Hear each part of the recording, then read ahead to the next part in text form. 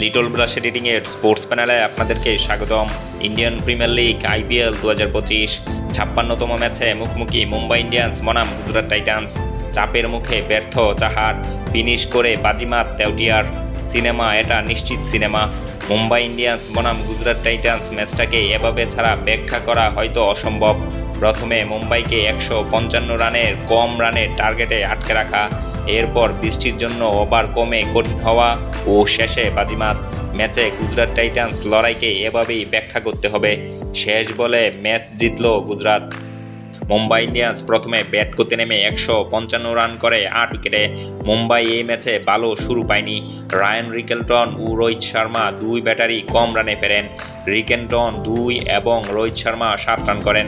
শুরুর জোড়া উইকেট হারানোর পর দলের হাল ধরেন উইল জ্যাক্স ও সূর্যকুমার যাদব।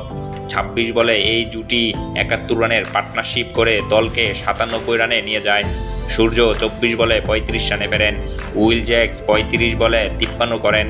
এই জুটি হয়তো এত রান করতে পারত না যদি গুজরাটের ফিল্ডাররা 3টে ক্যাচ মিস না করত।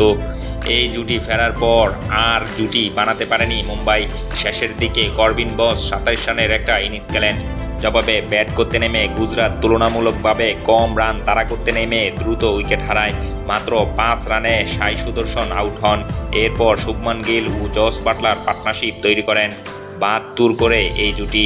মাঝে বৃষ্টির জন্য ম্যাচ বন্ধ থাকলেও রান তোলার গতি কমেনি। তবে এদের মধ্যে কেউই হাফ সেঞ্চুরি পায়নি।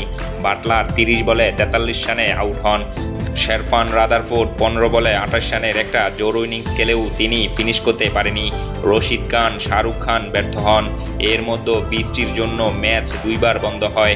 শেষে ম্যাচ 1 ওভার কমে হয় 19 ওভারের এবং শেষ ওভারে গুজরাটের সামনে জয়ের জন্য টার্গেট দাঁড়ায় 15।